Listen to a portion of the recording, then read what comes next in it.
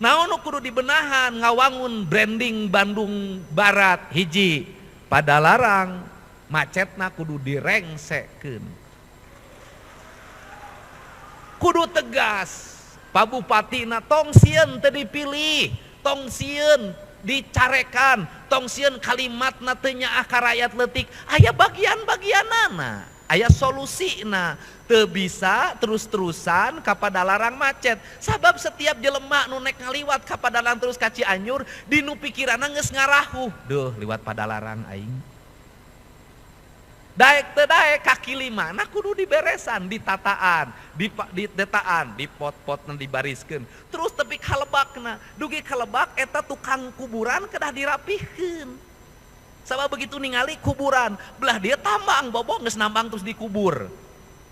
Tukang kurupuk dirinya tukang dagangan kedah di branding kuring sanggup mere bantuan nga-branding eta warung-warung meh ngabangun wiwaha jeung komarana kumaha carana atuh dagang peuyeum belah ditu ngebul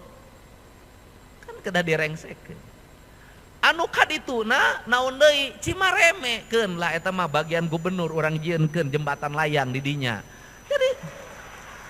Cimareme macet Pak. Daerah urbana macet, daerah buhuna ruksaku penambangan, daerah urbana macet.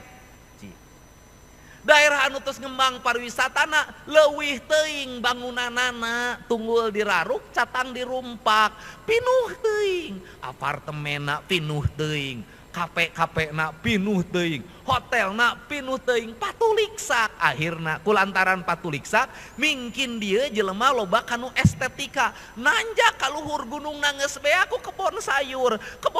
campur jeung tayah hayam bau eta belah dinya teh kuring sok memotoran aduh ieu laleur kadituna masyarakat kuli manggul kuli melak ngored gajihna sabaraha 50, 40 nu beunghar urang mana teuing dalin urang dinya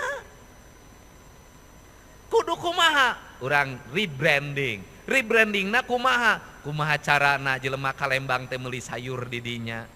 kumaha carana jelema Kalembang teh meuli engkol di dinya kumaha carana eta gunung-gunung urang awian deui lengkop urang balongan deui sabab naon urang teu meunang